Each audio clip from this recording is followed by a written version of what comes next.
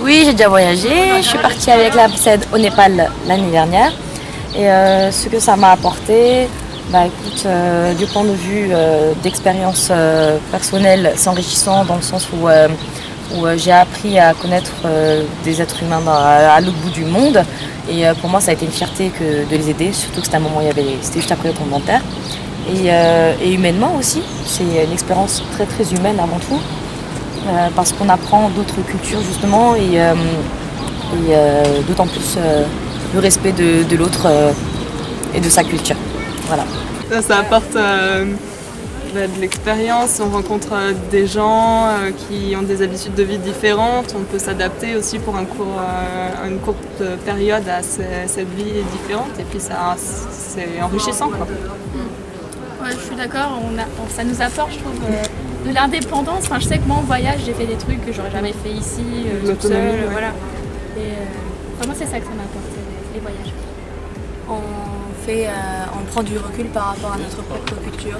On fait beaucoup de comparaisons, du coup, qu'est-ce qui est différent de la nôtre et ça nous permet d'avoir un esprit critique. Bien sûr, voilà, je suis sénégalais, moi, donc peut-être je suis là en France, donc j'ai déjà voyagé. Et puis, voilà, ça m'a permis de découvrir d'autres réalités, d'autres cultures.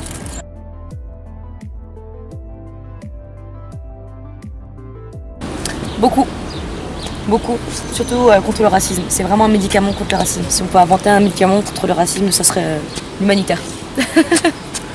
Oui, c'est sûr, ouais. Parce qu'on rencontre d'autres cultures, d'autres religions, d'autres façons d'être, façons de vivre. Donc, ça... Par principe, c'est vrai que la personne qui a envie de voir ailleurs, elle est tolérante, elle est plus tolérante en tout cas que la personne qui veut rester chez elle, dans sa maison. Ouais, ça dépend de... Je pense que ça dépend de la personne, mais normalement le voyage devrait aider à être beaucoup plus tolérant, parce que ça nous permet de découvrir autre que ce qu'on a.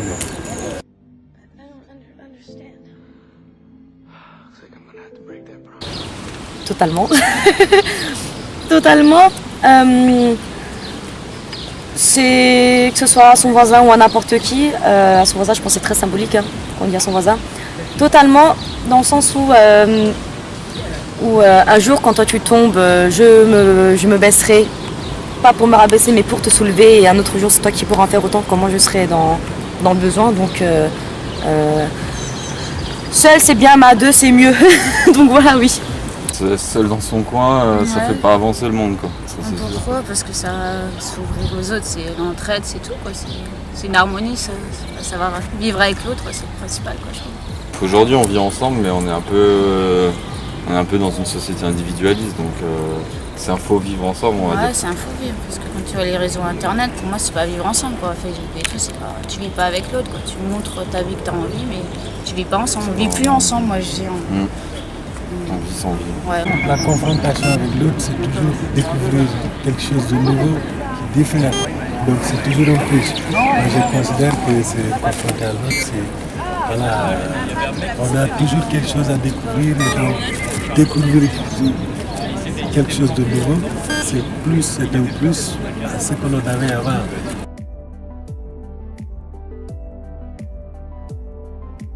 Pour moi, on est dans un monde où il n'y a pas de frontières. Il y a des pays qui ont été tracés par simple principe de nationalité.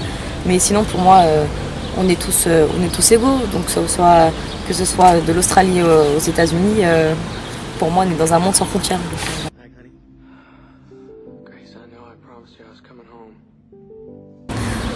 C'est un combat au quotidien, ça.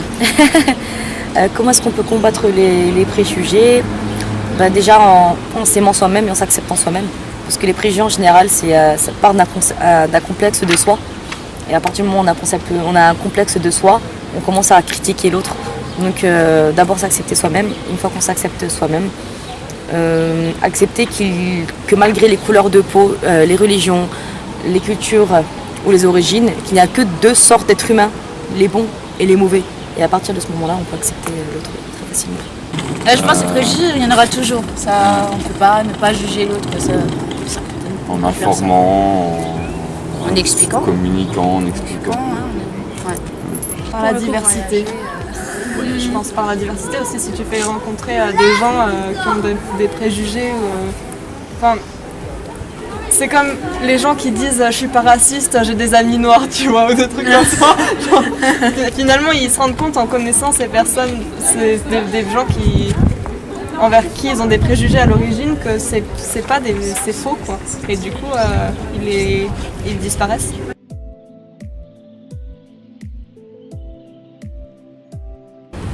On parle Erasmus, ouais, et puis c'est tout. C'est tout, quoi. Et plus connu d'ailleurs. Oui, Erasmus, oui. Erasmus Jeune Networks, Ouais. fait partie.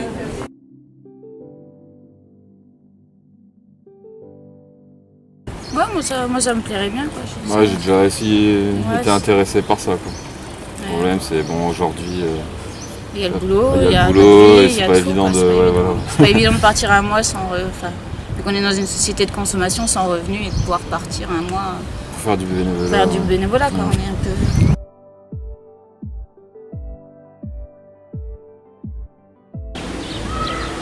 On peut dire que à partir du moment où c'est vrai que si vous avez toujours tout reçu dans un plateau en or avec une cuillère à la bouche, ça va être très, très difficile ces personnes à les convaincre. Mais si je pouvais essayer de convaincre ces personnes, ça serait de dire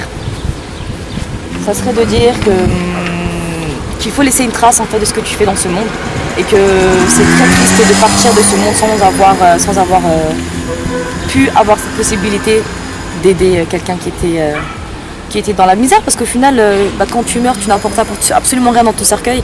Donc si tu peux au moins laisser une bonne trace de toi, et c'est une bonne chose. Voilà. Ne pas hésiter. Ouais, ne pas hésiter. Ouais, non, Et pas faut- faire ça faut pour juste eux, le pour faire. un but Ouais, ouais. individuel, mais pour un but collectif, quoi. Pas faire ça pour donner bonne conscience, quoi. Faire ça parce qu'on en a envie et parce qu'on veut que ces personnes-là, quoi. Ils peuvent commencer par des petites étapes et gravir comme ça, quoi.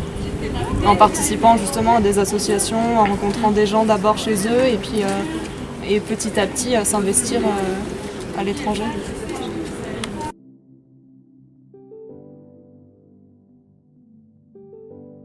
En fait, moi, c'était un plaisir pour moi et en fait, c'est difficile. J'ai pas envie de dire que c'est une question d'éducation. C'est une question d'éducation, mais c'est quelque chose qui vient.